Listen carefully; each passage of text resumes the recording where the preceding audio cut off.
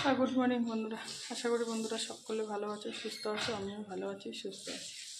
নতুন একটা ব্লগে তোমাদের সবাইকে স্বাগত জানাচ্ছি। নতুন সকাল, আজকে হলো বৃহস্পতিবার ব্লগটা এখান থেকে স্টার্ট করলাম। আর উঠেছি অনেক ঘুরে, সারা রাত্রির বলল ভীষণ রাত করলাম।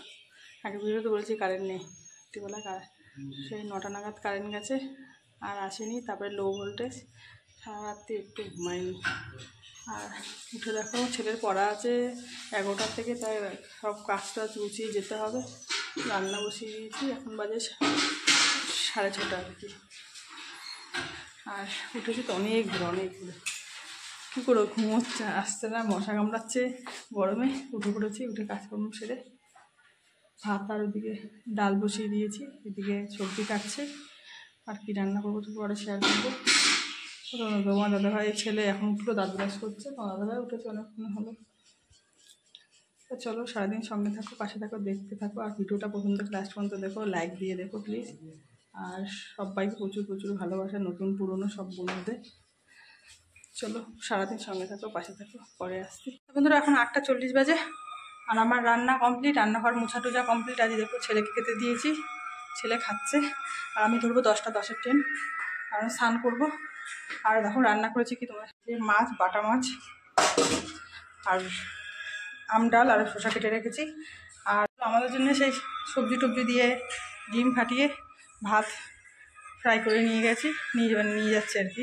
খাবো ওখানে গিয়ে, তরকারিটা নিয়ে নিই। ওই শুকনোই ঠিক আছে, ছেলেও ওটা ভালো খায়। আর তরকারিটাকে নিয়ে গেলে মেঘে যাবে, তেল মেল গরমের মধ্যে ইচ্ছা করে না। হালকা করে ভেজে নিয়ে গেছি, বৃহস্পতিবার ভাজিনি, মানে হালকা করে সবজিগুলো ভেজে ভাতটা মিশিয়ে নিয়েছি। তো চলো পরে আসছি, স্নান করে আসছি। তা দেখো বলছিলাম কি ঘামা খামছি, ভয়েস দিয়েছিলাম একটু সমস্যার জন্য, ভয়েসটা আমি করে দিয়েছি।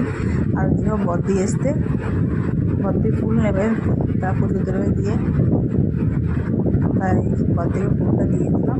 আর বদ্দির সাথে তো কথা বলে নিলাম। আমি বেরোবো, রেডি হয়ে নিয়েছি, দেখতেই পাচ্ছ। চলো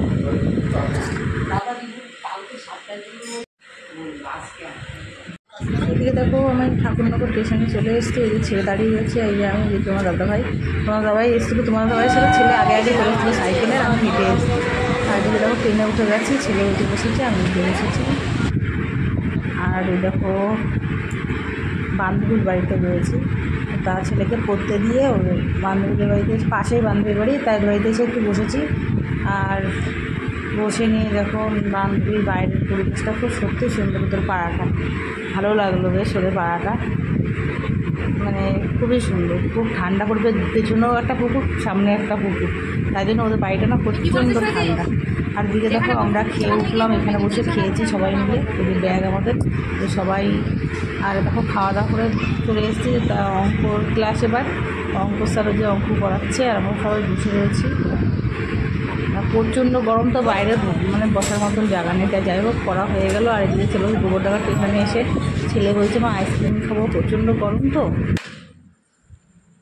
এখন বাজে 8:36 আর এসছি 8টার সময়, ঘরে ঢুকেছি। ঢুকে ফ্রেশ হয়ে ছেলে স্নান করেছে, ছেলের গা মুছিয়ে দিয়ে ভালো করে পাউডার দিয়েছি, এত চুলকাচ্ছে গরমে। আর ওই যে ভাতও বসিয়ে দিয়েছি, আজকে ভাত করলাম, রুটি করলাম না।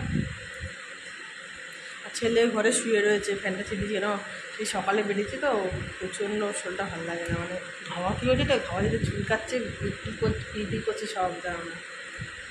তাই একটু শুয়েছে, আমি ঘুমার হলে ডাকি দেবো খাই। চলো প্রচণ্ড গরম পড়েছে, প্রচণ্ড। চলো রাখছি, পরে আসছি।